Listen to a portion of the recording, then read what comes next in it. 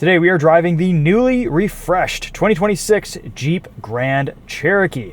This is a Summit 4x4 with a 2-liter turbocharged Hurricane inline 4-cylinder. It makes 324 horsepower and 332 pound-feet of torque.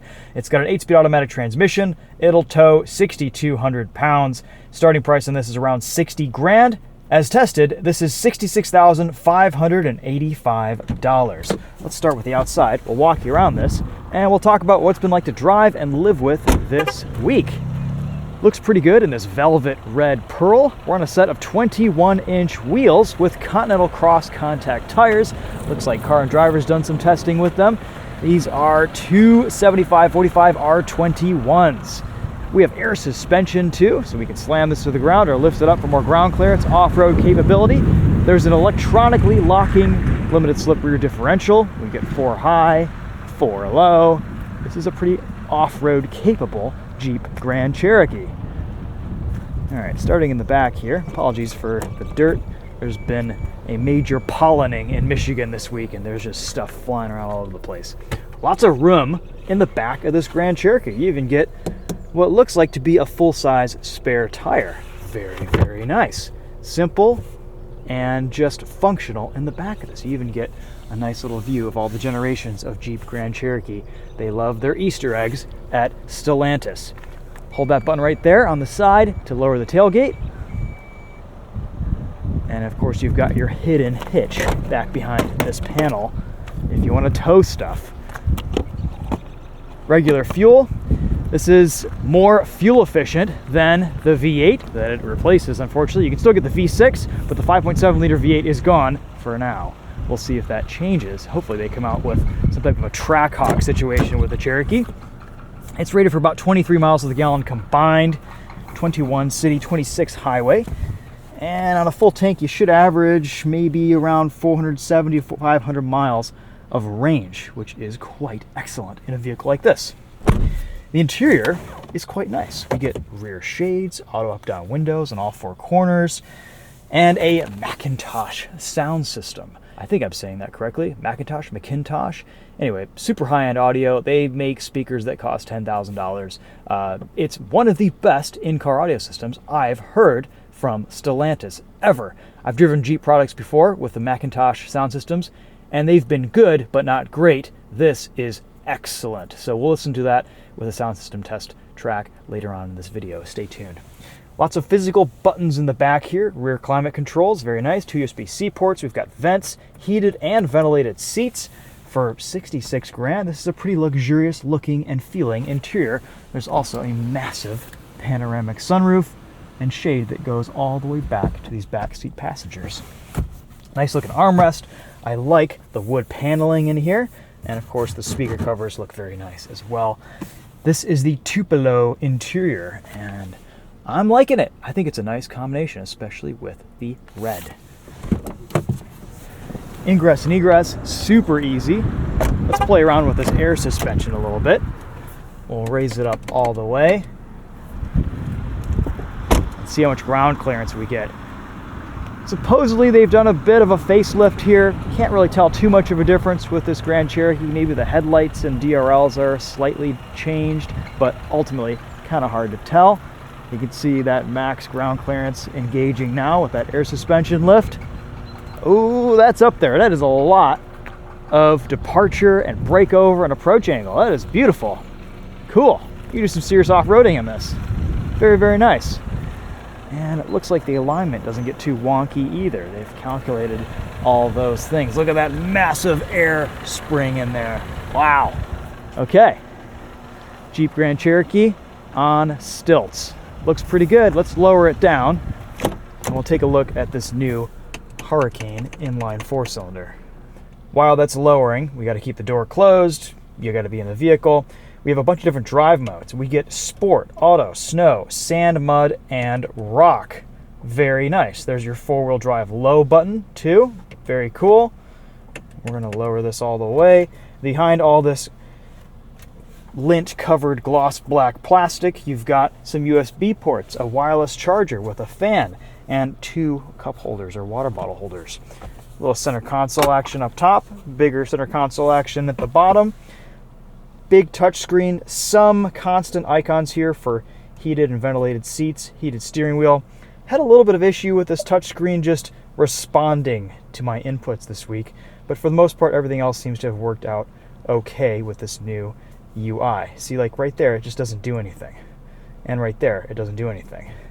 So I'm not sure what's going on. It just doesn't do its only job, which is the touchscreen. We do have some physical controls up top to turn off auto stop start, lane keep assist, traction control, your hazard switch, parking sensors, parking assist, and passenger screen, which is over here. You can just see some more stuff with your infotainment system. We'll head over there in a minute and check it out. You also get 2 seat memory settings with your passenger. There's massaging, all good things. Nice visibility, digital rear view mirror, lots of features and things to do in your Jeep Grand Cherokee. All right, shout out to your short kings. We've got the Jeep Grand Cherokee in entry-exit mode. Looks a little bit slammed, but it's just a nice ingress and egress in and out of that cabin and easier to load things into the back. Let's check out the engine. There it is. Looks like it belongs. There's a lot of extra room up there, but there's more fuel efficiency. It seems reasonably well calibrated and paired with this 8-speed auto. Let's go drive it, see what we think, give you guys some thoughts. Outright power seems fine. The fuel range I think is a big plus, especially with fuel prices these days.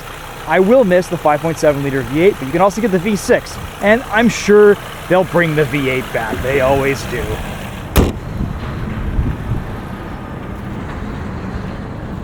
I was going to show you guys the passenger screen, but you guys have seen it before.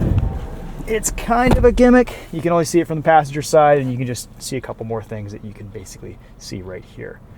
Let's connect to CarPlay. I would classify the responsiveness of the screen as very poor. You have to push extra hard for it to register your inputs, which is very strange. I wonder if there are some settings. There are a whole lot of settings, but I wonder if there's a setting for that. I'm not really seeing a whole lot. Yeah, you have to press this with purpose. That's okay. Let's talk about the other screen. We've got this digital gauge cluster, which is more responsive than they used to be. I'll give Stellantis and Jeep credit here. It's actually functions between its various 10 menus with relative speed. However, it just isn't very attractively graphic or designed or laid out. Ooh, there's night vision with animal detection. That's kind of cool. There's some cool features, but it ain't cute. It ain't good looking. It's just kind of blah. So for a vehicle that otherwise has a very nice and fancy and luxurious looking interior, I feel like some of the graphic design here is lacking. Steering wheel feels massive. These spokes for your hands at 9 and 3 are a little bit too large. You get paddles behind the wheel, and we do have hands-free driving assist. It works excellent. On the highways where it's enabled, I would say it's almost as good as Super Cruise and Blue Cruise. Lane change assist works great, so that's a positive. That's a pro. Here's what your reverse camera looks like. Big honking displays, nice 360 camera. And is there a quick access camera button? I don't know if I see one. I think you just have to access it here from this top menu. There it is. There's your surround camera. Not the best resolution, but I think it's usable enough for what you're going to be doing in your Jeep Grand Cherokee. All right, we'll stick with that. Turning radius is good. Still not a massive SUV here. Suspension is raising automatically. We're going to just leave this in automatic drive mode for a little bit, see how it does.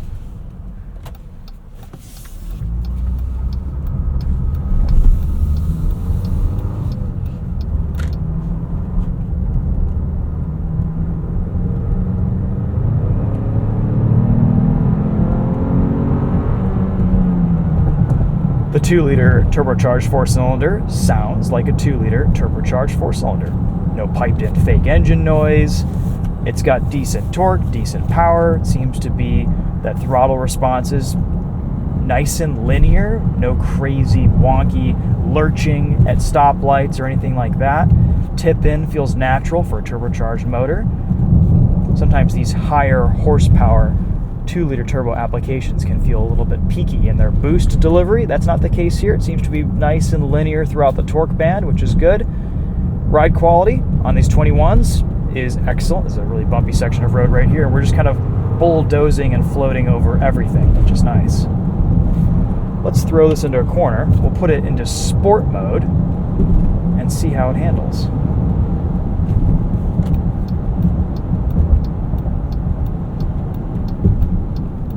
Aerodynamic ride height achieved. I can feel a little bit stiffer suspension profile here. Ooh, and there's more noise from the engine. Down into third. Second, quite a delay to that downshift there.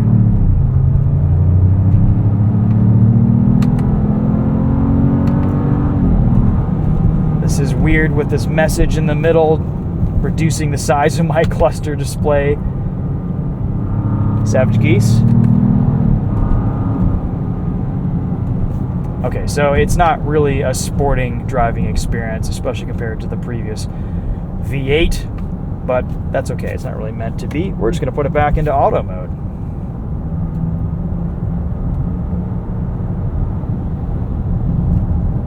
Pretty minimal wind and road noise in this. Brakes feel good, not too touchy. To me, this feels a lot like just a slightly smaller Grand Wagoneer. This 8-speed is a little bit eager to downshift when it needs power. It doesn't really let you ride out that torque band at lower RPMs, but I'm okay with that. Let's see how it handles, as my bag probably will fly to the other side of the back seat. All right, turning in.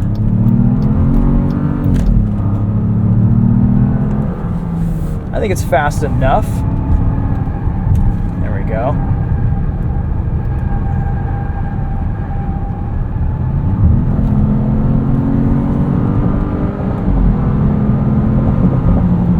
All right, merging onto the highway here. Let's enable our active driving assist.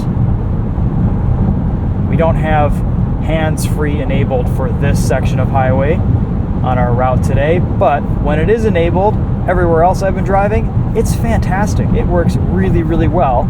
You just have to keep your eyes looking forward, not distracted by your screens. This is a touch-sensitive system, so all you have to do is just put your hand on the wheel when hands-free isn't enabled. You can also switch between steering assist and adaptive cruise control right here, so you have two different buttons.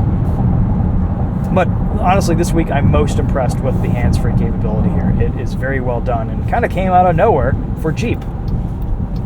I have really nice visibility. The low hood line is great for driving around normally, parking situations, and potential off-roading scenarios. All right, we're gonna let's give this Dodge a little bit more room. Quite a bit of throttle delay there, downshifting. There is a lot of good tech in this Jeep, and aside from the screen responsiveness, all of it seems to work reasonably well and seem to be nicely integrated. So I appreciate that.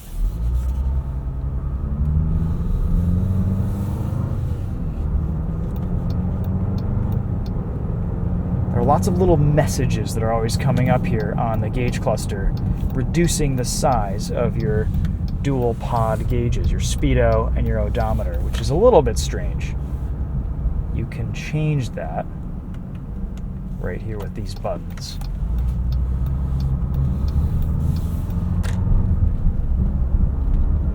But I kind of like this classic view. All right, let's get to one of the highlights here for me in this Jeep Grand Cherokee, the Macintosh sound system, if it'll let us press icons in CarPlay. We're going to go to our liked songs, scroll down, there's our test track. We've got volume controls behind the steering wheel, as well as a volume knob right here. Very nice, just right within reach.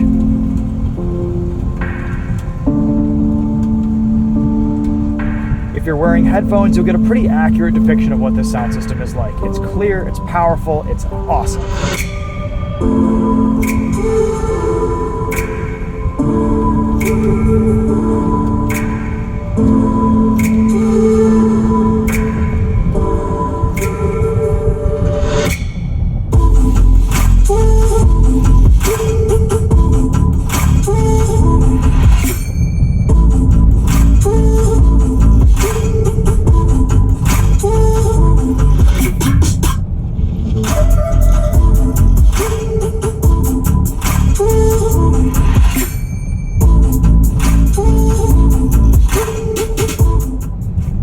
Okay, there you go. If you press that button, the whole screen turns off.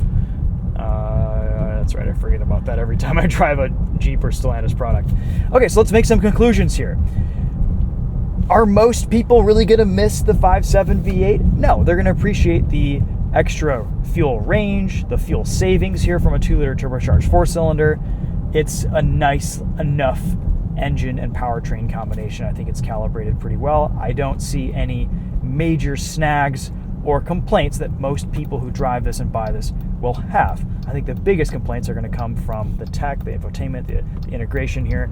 I don't know if there's a way to kind of increase the touch responsiveness of this screen. That's been my biggest gripe with it this week. But once you get calibrated to the amount of force required to push everything, then I think you kind of get used to it and it works a little bit better when you know what to do.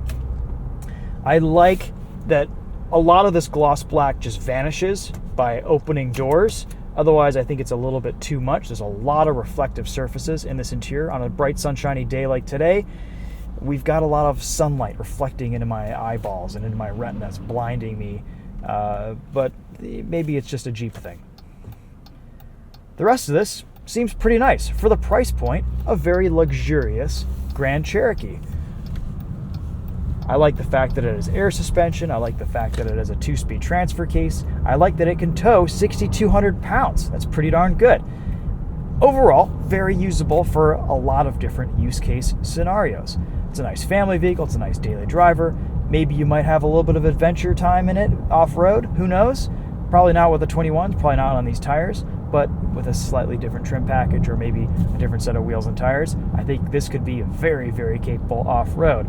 All right, guys, those are going to be my thoughts on the 2026 Jeep Grand Cherokee Summit 4x4 with the new 2-liter turbocharged Hurricane 4-cylinder engine. We've got 324 horsepower, 332 pound-feet of torque, a lot of power out of a 2-liter turbo, but here we are in 2026 where fuel economy matters. Thanks so much for watching. We'll see you guys in the next video. Take care.